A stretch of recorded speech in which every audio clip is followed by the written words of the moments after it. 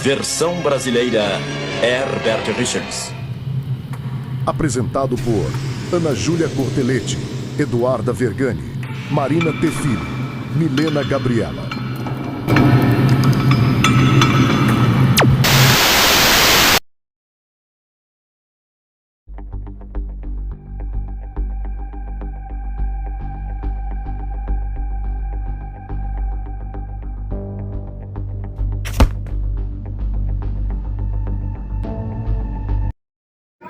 Mas quem eram Karl Marx e Friedrich Engels?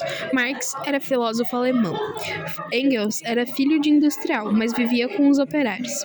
Eles se encontraram em 1844 e escreveram um manifesto em só 6 semanas, a pedido da Liga dos Comunistas. Era 1848, ano de revolução na Europa. Rei caindo, povo na rua. O texto era um panfleto para explicar para o mundo o que os comunistas queriam. Um espectro ronda a Europa, espectro comunista. Quem tem medo do comunismo são os latifundiistas, são os monopolistas, são os colonialistas, enfim, os parasitas. Quando o manifesto foi escrito, em 1848, todo mundo tinha medo do comunismo. Poderes da velha Europa, o Papa, o czar, os políticos, os burgueses, todos se uniram numa santa caçada contra esse espectro. Mas a verdade é que ninguém explicava direito o que era o comunismo. Por isso, os comunistas resolveram publicar o manifesto, para contar para o mundo inteiro quais eram seus objetivos, suas tendências e desmascarar as histórias que inventavam sobre eles. E Marx e Engels começam dizendo uma coisa forte. A história de todas as sociedades até hoje é a história da luta de classes. Desde sempre existe o opressor e oprimido, homem livre e escravo, patrício e plebeu, barão e servo, mestre de corporação e companheiro. Numa palavra, opressor e oprimido. E essa luta nunca parou, às vezes disfarçada, às vezes aberta, mas sempre terminando como uma transformação revolucionária de toda a sociedade, ou com a ruína das duas classes que lutam. Quem entrou nessa briga foi a burguesia, e ela tem um papel totalmente revolucionário na história. A burguesia surgiu lá na Idade Média, no seio da sociedade feudal em decomposição, mas só ficou poderosa com as grandes descobertas geográficas, com o mercado em expansão, com as novas necessidades e com a invenção da imprensa e das armas de fogo. E o que ela fez? Derrubou o feudalismo. Cada passo da burguesia foi vitorioso. Acabou com as monarquias feudais, acabou com o poder espiritual do papado, acabou com as velhas corporações. Mas ela não parou. Ela precisava de um mercado cada vez maior. Precisava colonizar a América, dobrar a China, explorar a Índia, abrir o Japão. E para isso, revolucionou a indústria toda. A grande indústria criou a máquina a vapor e as máquinas de fiar, e essas máquinas revolucionaram o transporte, os navios a vapor, as estradas de ferro, o telégrafo elétrico.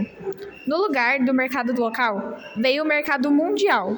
No lugar do comércio antigo, veio o comércio em massa. E tudo isso fez a burguesia crescer de um jeito que ninguém imaginava. Capitais gigantescos se concentraram em poucas mãos. Populações imensas se juntaram nas cidades. Com esse poder todo, a burguesia mudou o mundo de um jeito que ninguém tinha feito antes. Ela pôs fim a todas as relações feudais, patriarcais e idílicas. Ela não deixou outro vínculo entre as pessoas a não ser o interesse, o pagamento em dinheiro. Ela afogou os arroubos mais celestiais do fervor religioso, do entusiasmo cavaleiresco, do sentimentalismo pequeno burguês, na água gelada do cálculo egoísta. Ela transformou o médico, o jurista, o padre, o poeta, o cientista em trabalhadores assalariados.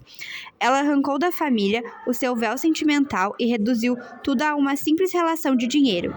E ela mostrou, de um jeito que ninguém podia negar, que a brutal manifestação de força na Idade Média, que parecia tão admirável, encontrava seu complemento natural na mais preguiçosa ociosidade. Então chegamos no ponto principal. A sociedade inteira está cada vez mais se dividindo em dois grandes campos inimigos, em duas grandes classes que se enfrentam diretamente, a burguesia e o proletariado. Quem é a burguesia mesmo? É a classe dos capitalistas modernos, donos dos meios de produção social, patrões do trabalho assalariado.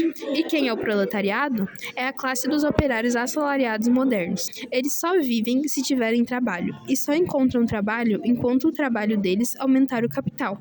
Esses operários, que precisam se vender dia a dia, são uma mercadoria como qualquer outro artigo de comércio. E é isso que o manifesto quer mostrar.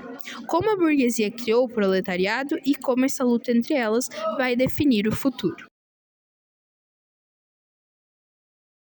O manifesto fala, mas como era isso na vida real?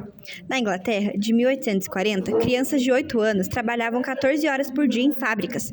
O burguês era o dono da fábrica. O proletário era quem trocava 14 horas de trabalho por comida. Não tinha CLT, não tinha férias, não tinha INSS. Se tu adoecia, era demitido.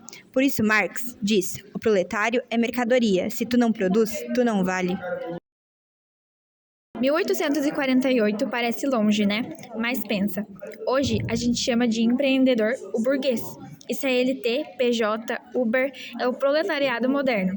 Tu vende tua hora, tua corrida, teu atendimento para a empresa ganhar capital em cima. O celular que tu usa foi montado por proletariado na China. O app foi criado por burguês no Vale do Silício. A luta de classes mudou de roupa, mas a lógica é a mesma. O manifesto foi traduzido para mais de 100 línguas e inspirou revoluções na Rússia, China e Cuba. Se tu concorda ou não com ele, uma coisa é fato, ele mudou a história. Ele jogou na cara do século XIX. A sociedade está dividida, e até hoje a gente debate isso em sociologia. Todo partido cachaceiro comunista